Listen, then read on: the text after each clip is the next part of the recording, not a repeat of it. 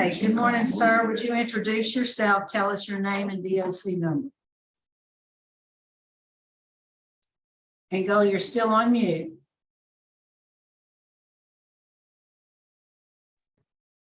All right, try to.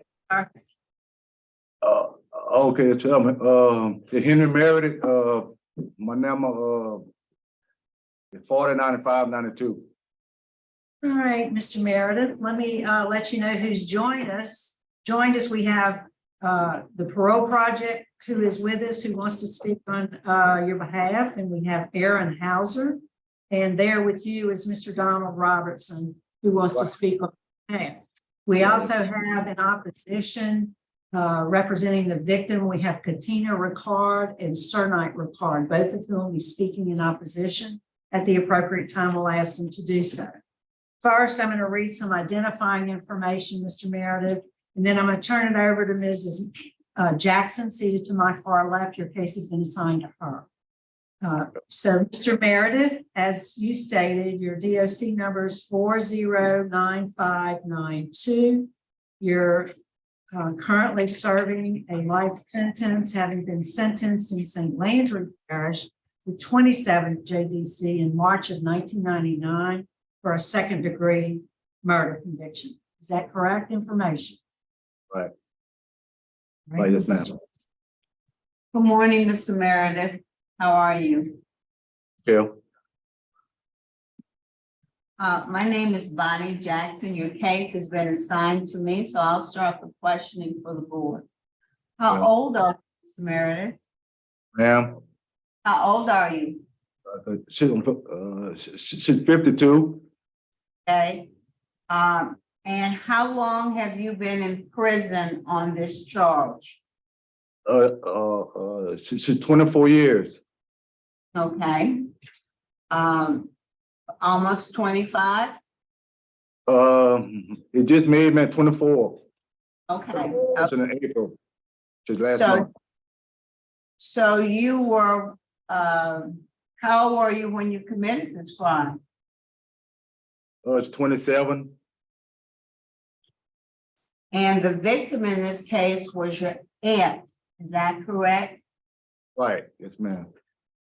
And you have been living with her? She had allowed you to live in her home? Right. Yes, ma'am. And so explain to us what happened in this case and how you end up killing your aunt. Well, it was since I ended up moving to a little old town in Washington. My dad was born and raised there, so I ended up moving there and staying with her. And just over time, my girlfriend and my aunt, it turned into a jealousy thing. Whenever I would spend time with my aunt, my girlfriend would get mad, and I'd spend time with my girlfriend, and my aunt would get mad. And with the drug use I was doing, it just made things worse with me and my aunt. With the nagging. So why would the relationship between your aunt and your girlfriend be a reason to take your aunt's life? Why didn't you just move out and go live with the girlfriend? I could have done that. I should have done that, but me and my aunt had a good relationship at first, and you know, because I was going just back and forth, and like I say, it's the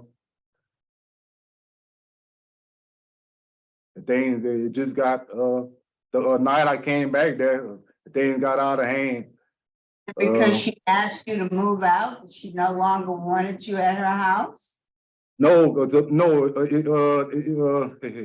was she was complaining about it's just where I've been, who I've been with, and Well, why would your aunt care about who you were with and where you had been? I mean, she wasn't your girlfriend, so why would your aunt care about that? well, like I said, it was a jealousy thing. Yeah, she didn't want me to be with her with anyone else. Just nobody else. Again, why didn't you just leave? Go live someplace else? Instead, you got a baseball bat I and should. beat your aunt to death. Yes, ma'am. I just lost control when I lost control. And at first, you thought at least that some stranger that you had met came to the aunt's house with you, and he was the one that killed her. Isn't that what you told the police at first? Right. Yes, ma'am. And then you said that she had asked you to leave her house. And you got mad and you got a bat and you beat her to death.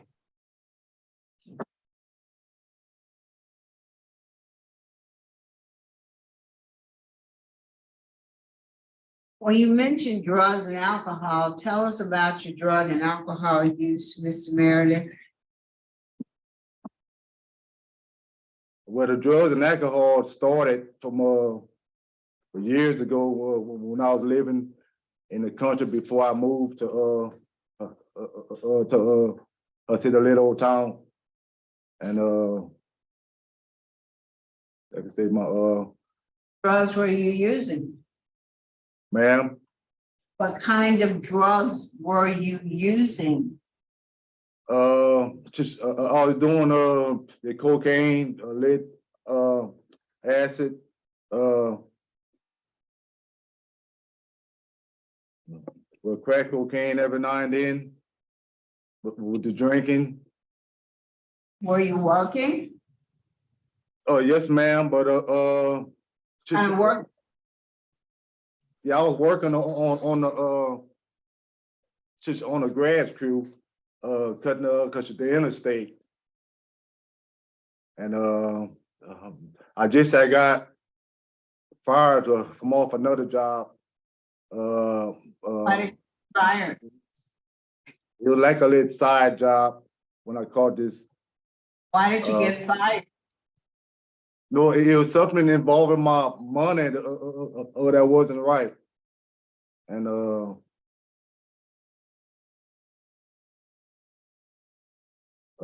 I just was told they wasn't gonna need me like anymore. So let's move ahead.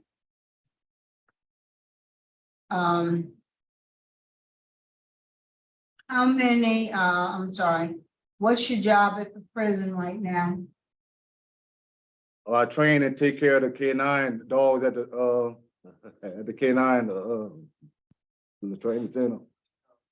How long have you done that? Well, about 14 years in all. Just I've done with 10 years the first time, and then I end up leaving on a little ride up, and then I came back a couple of years. What was a little write-up? Defiance. That was in 2019, is that correct? Right, yes, ma'am. What was that about? Well, with someone that promised me to get me some help, and when I found out it wasn't true, just I don't know. What? Just, Okay, so someone that promised to give me the attorney, and when I found out it wasn't true, just a thing that just went. well, who made this promise to you? A friend of mine from off the street. Well, how does that how does that translate to you getting a write-up for defiance? Well, it's just What did you do that was considered defiant? well, I told, someone something, I shouldn't have said. What did you say? Just I cursed out, a lead cadet,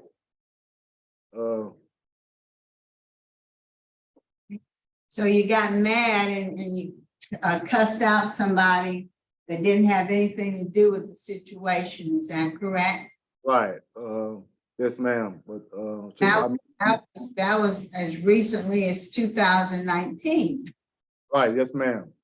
This, I in made a the mistake. first charge, you got mad and you killed your aunt. So, sounds like you still have some anger issues. No, ma'am, I don't. But like I say, since I was having a bad day and,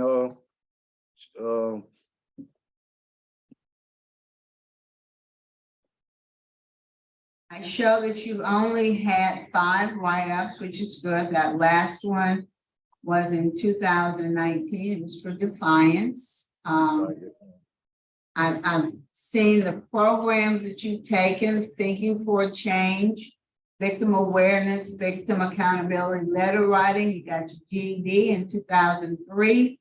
You completed pre-release, Living in Balance 1 and 2, Cage Your Rage, Tier Walker Training, Parenting Skills, Metamorphosis and Life Skills, which is a faith-based. You're on the Human Relations, or have been in the Human Relations Club, and you've done something called the STEP program. What is STEP? or the STEP program, Yes. that's the,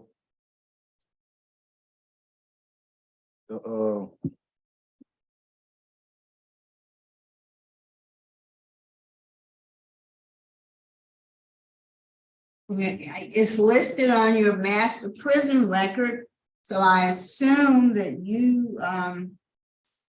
would know something about it. Well, go ahead. You want to say something? can you rephrase that to something else that's, Well, like I said, on your master prison record, there's a list of clubs and activities. They list human relations and the STEP program, the STEP program. That's listed as a club or an organization. And I'm asking you, what does that program do? I think that deal with the academic program. So tell me what you got out of victim awareness. I got a lot out of that. It showed me it's not just about what I was going through, but what other people, the victims' families is going through. Well, go ahead. I'm sorry. Go ahead. No, but I think it's something just everyone in prison ought to take. Well, let me stop you right there, because the victim's family is also your family, because she was your aunt. Right, yes, ma'am. Have some cousins, you know, who've been affected by this crime. And I'd like to know how you think that they have been affected by the fact that you killed your aunt. Well, look, I know it's hurt them dearly. Look, I love my aunt, and I know they're really hurting. Just I can't change the things that happened in the past, but I know that, Mr. Meredith. But I'm trying to see if you, I mean, you beat this woman horribly. Yes, ma'am. Had two children, Yes, ma'am. son and a daughter who were your cousin. Yes, ma'am. So have you given any thought to what it had to be like for them to have their mother beaten to death the way she was, and then to find out that it was her own nephew that she was kind enough to allow him to live there? How do you think they feel about that? Just, I couldn't imagine how they feel, but I know they hurting. Hopefully, cause they can they forgive me. It's just, I'm sorry. Why should they forgive you? Because I'm not that same person I used to be. Just at the time that this happened, just I'm not that the same person anymore. Warden, what can you tell us about Mr. Meredith? Mr. Merredith has a very good disciplinary history besides the report that he got 5/1/2019 for defiance. He works at the dog pen. I frequent the dog pen often. Is one of my areas. You can always see that he's working, he's keeping himself busy with the dogs, or he's cleaning up around the dog pen. He also works detail, like the governor mentioned, whenever they have things to do for the governor, he goes on detail for the governor mentioned. He's one of our trustees that we send out to work. I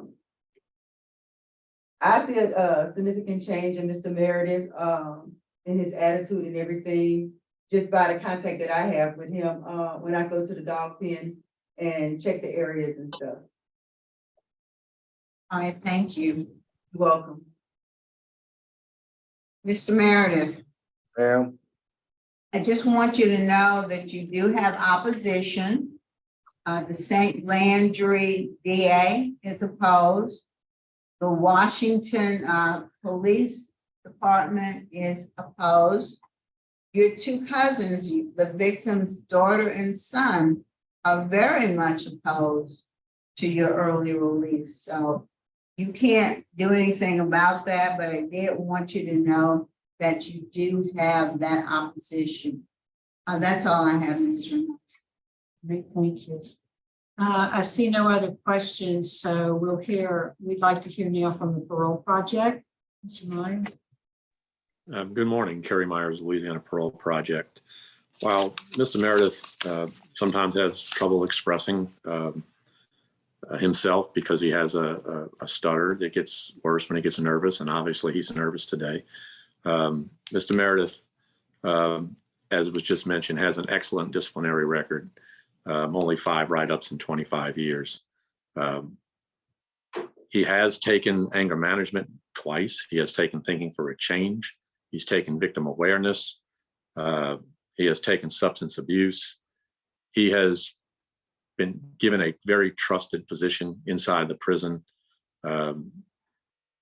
Mr. Meredith, we are here to tell you that we will provide long-term support for Mr. Meredith. He has the ability at his age and health to work and become gainfully employed. He very much enjoys working with the dogs. That's one option for him. We will provide transitional support, long-term housing to help Mr. Meredith become self-sufficient, economically self-sufficient, and find long-term housing. We would just ask this board today to consider Mr. Meredith's totality of his record, the work that he's done since his incarceration, and grant his relief today. Thank you. All right, Mr. Hauser.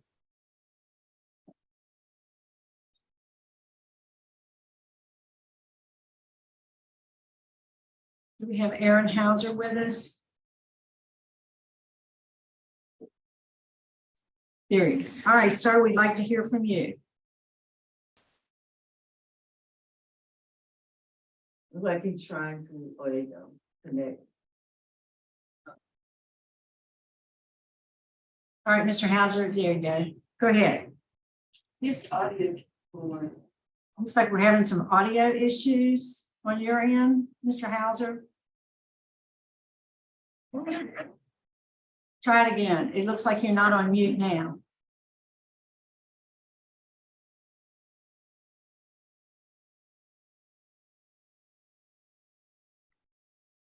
All right, while we're trying to see what's going on with Mr. Hauser's audio, we'll move to Mr. Donald Robertson, who's there with Mr. Merredith. Mr. Robertson, is there something you'd like to tell us?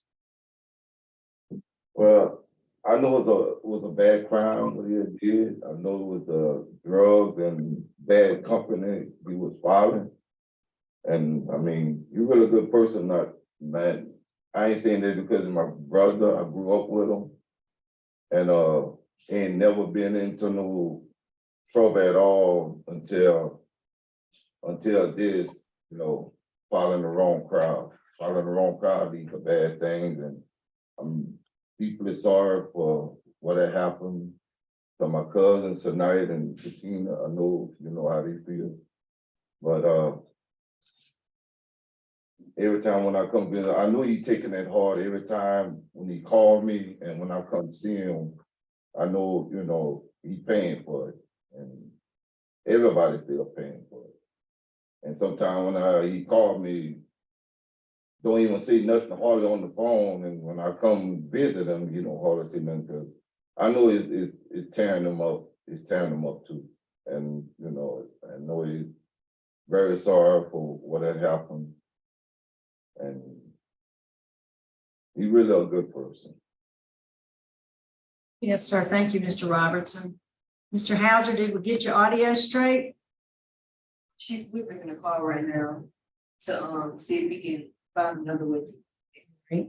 So we'll move over to the opposition. Could we hear from Ms. Tina Ricard?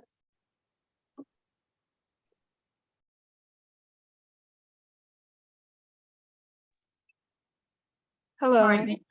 Oh, go ahead. I obviously, yes, this takes a toll on my entire family. I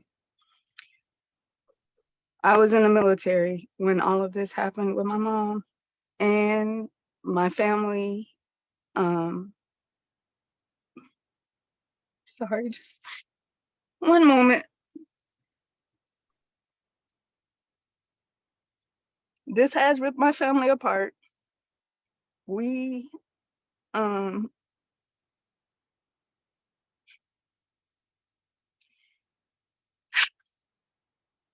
lack of words. It's very difficult still, especially this time of year, because this is the time of year that it happened.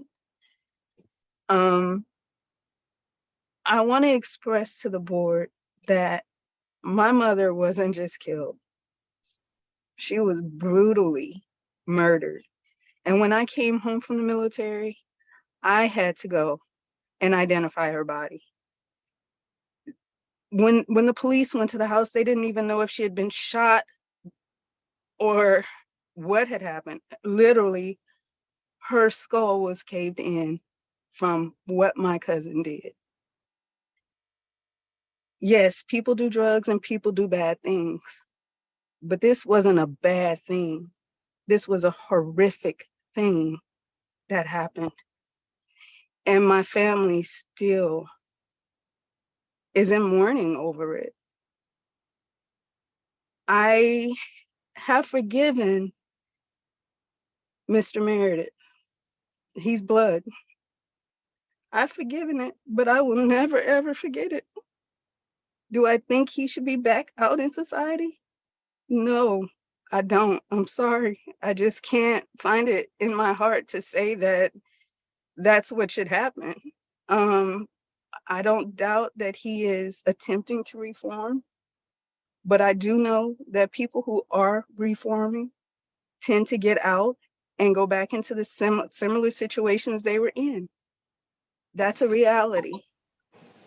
So I'm going to impress upon the board to take that into consideration. And that's all I have. Thank you so much for your participation today.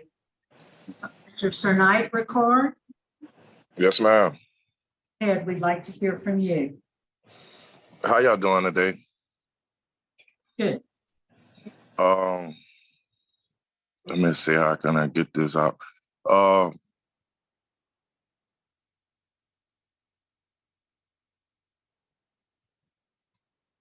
I'm trying to see where to start. And far as that's my blood, his brother that's sitting behind him, that's blood. You know, his father, who was blind when I first met him, when we came from Houston and stayed in Washington, Louisiana. His father, I was like 13 years old, and his father was blind. I used to walk him to the stove, stuff that he need, whatever, and sit down and talk. My mama, which was they was the two baby siblings at the time, and you know, we sit there, we talk, family, and just as I was raised to respect people, I was raised to respect older people, no matter what color it was, no matter what race, no matter none of that. It was always respect, treat people how you want to be treated. Now, as far as me being a saint, nah, I wasn't a saint myself. I had got a 15-year sentence for selling drugs, possession of a firearm, literally trying to defuse the situation. I got caught with a firearm, just trying to separate in my grandmother's backyard where my mother was killed. I'm going into all of that just to say, I got his father, I got his mother when they were sick, and that was, you know, so as I was incarcerated 2 years after when this happened. And for me to get the news for when it first hit the little small town, it was a loss because this is something that like never literally happened in this time, period. It was like the worst crime that was ever, you know, that happened. People that got shot, yeah, whatever, such and such. But I'm gonna cut this short by saying as the forgiving part, I can't even lie to y'all. I tried my best. I done prayed to my mom. That even came to me in my dream, and you know, I can't, and I'm sorry because of the way it happened. Maybe if he'd have took a gun and shot my mama, maybe if he took her back and just maybe she did a hit that one time, and but the thing that I can't forget, because I don't know if y'all understand, I couldn't even see my mama for the funeral. They did bring me down and I couldn't even see her. When I walked in there, a lady walked out. And the first thing she looked at me, I never seen this lady a day in my life. She said, "You must be her son or grandson." I said, "No, I'm the son." So she said, "Well, where you going, baby?" I said, "Well, I'm going to here to see my mama at the funeral home." Because they had to bring me from the little small town of Washington to Opelousas, Louisiana. And she looked at me, she put her hand on my shoulder, she gave me a hug, and she stood back and she said, "Well, baby, it might be more better if you didn't go in and try to remember her the way she was." So that just let me know, as far as the description wise, like they couldn't even piece my mama back together. Now, if you was a stranger, I can probably see somebody doing something almost like that. But by you being a nephew, for what she gave you a place to stay, it makes it kind of hard, because if she arguing with you, that's old folks. They gonna do that regardless. Nobody want nobody come to their house 10, 11 o'clock, 12, 1 o'clock in the morning. That's normal. That's a normal family. They're going everywhere. That's normal. Mr. Rickard, can you wrap it up for us, sir? Yes, ma'am. And I'm finna, like I said, I'm finna cut this short, but I can't, and I'm sorry, I can't forgive. It's not gonna go nowhere close to that. And I thank y'all.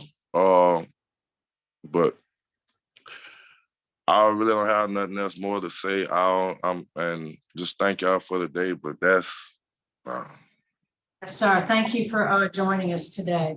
Mr. Yes, ma'am. Hauser, can you get your audio worked out? Mr. Hauser? Yeah, it looks like we're still having issues there, so I'm gonna ask, Mr. Meredith, is there a statement you'd like to make before we go? Yeah, I want to say, look, I'm sorry this happened. Cause my, my mom was like a mother to me. Just I didn't want this to happen. I wouldn't raise to take just anyone's life.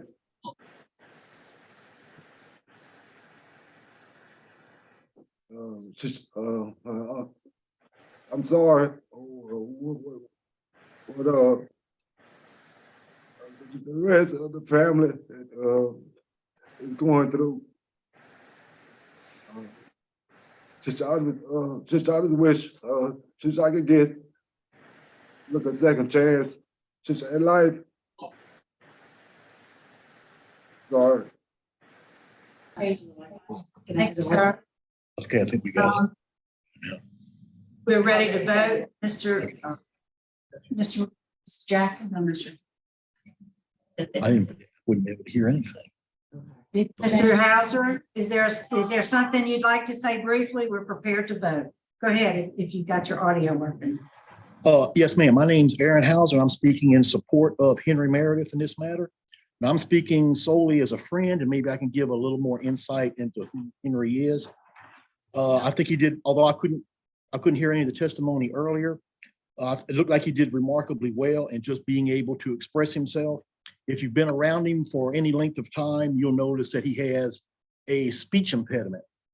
And although it's a lot better today than what it used to be, that often prevented him from being able to articulate emotions, which ranged from simple things like anger to even remorse. And I think that was really important in day-to-day life. I've known him about 12 years, and during time in prison, I saw when either other offenders or and sometimes even employees may have done something to try to excite him. He really found that extremely frustrating, not being able to vocalize and defend himself. Now, I agree that it does not have anything to do with being able to justify murder. It never does, it never will. But just having to hold everything inside of him and not being able to express it, I'm sure was a big reason into who he is today. Now, he has an extremely good work ethic in prison. He's risen to a position of trust within the prison environment. And I think that for himself, that's been a way of being able to make atonement for his sins, so to speak. I think he's just as deserving of a second chance as anyone else. I think he fits the criteria of people who you may have heard the expression before, sometimes good people do bad things. I think he's one of those people. And so I'm only asking today that possibly you temper his punishment with a little bit of mercy.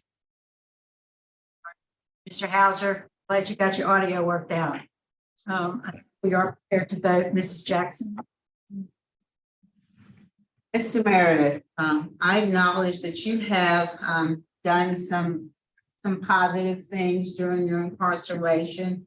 You've taken some good programs. I'm just not convinced that you took those programs in. I think you were in the program, but I'm not sure they're in you so much.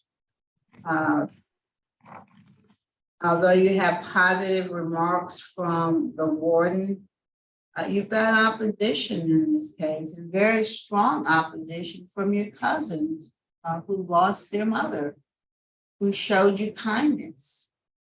You've only served 25 years of this sentence. You were 27 years old when you committed this crime. You weren't a teenager, you weren't 17, 18, 19. You were full grown 27-year-old man, and you went in, got into an argument, got mad with your aunt because she wanted you to leave, and then you viciously beat her to death with a bat. And I don't believe, given the nature of the offense, that served is nearly sufficient for the magnitude of the crime. There's also adamant opposition from the victim's children. And also, Mr. Maybe it is a problem with your communication skills. I don't know, but to me, you seem to lack a real appreciation, understand of magnitude of the crime you commit. So for those reasons, my vote today is to deny. Mr. Rocha. Good morning, Mr. Meredith. Mr. Meredith, my vote is exactly the same for the same reasons as Ms. Jackson just articulated. My vote is to deny. Mr. Marabella. Thank you, Madam Chairman. My vote likewise is the same. Mr. Prince. I concur. All right, Mr. Meredith, you've received 4 votes to deny your application for clemency this morning. So, sir, your application is denied.